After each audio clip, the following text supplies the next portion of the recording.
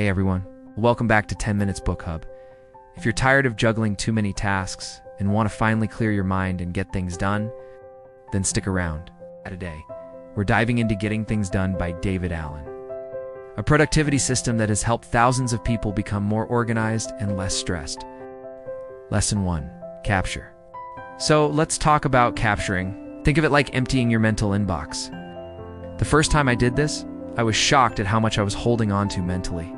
Tasks, ideas, random reminders, they were all swimming around in my head, taking up valuable space. Getting things done suggests capturing everything in an external system, whether that's a journal, an app, or even sticky notes. Key takeaway: start today by writing down all your tasks. The act of capturing gives you mental clarity and sets the foundation for everything else. Lesson 2. Clarify. Clarifying is about looking at what you've captured and deciding what's next. Something takes less than 2 minutes. Do it right away. For example, when I needed to send an email or make a quick call, I just do it immediately instead of letting it sit. Key takeaway: make sure you take action on small tasks immediately to reduce clutter. Lesson 3. Organize. Now comes organizing. Getting things done has specific categories, like next actions and projects, to help you know what to work on next.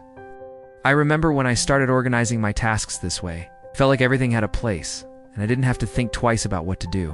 Key takeaway: organizing your tasks will give you a sense of control and clarity. Lesson 4. Reflect. Reflection is a key part of getting things done. A weekly review helps you see where you stand and what's coming next. The first time I did this, I realized I'd forgotten a few important tasks. But catching them in my reviews saved me from missing deadlines. Key takeaway: make weekly reviews a habit to stay ahead of your responsibilities. Lesson 5. Engage. Finally, engage. This is about choosing which tasks to focus on based on where you are and how much time or energy you have. I found that by engaging with tasks that aligned with my energy levels, I could work much more efficiently. Key takeaway: engage with what's most important and what aligns with your current energy levels. Conclusion: if you implement just these steps, capturing, clarifying, organizing, reflecting, and engaging, you'll see a big difference in your productivity. Getting things done has worked wonders for me, and I know it can do the same for you.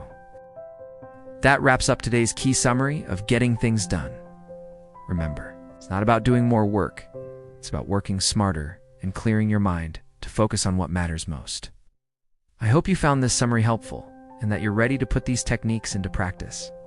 If you enjoyed this video, don't forget to like, subscribe, and hit the notification bell for more book summaries just like this. I'll be back with another summary soon, so stay tuned. Until then, keep organizing, keep focusing, and most importantly, keep getting things done.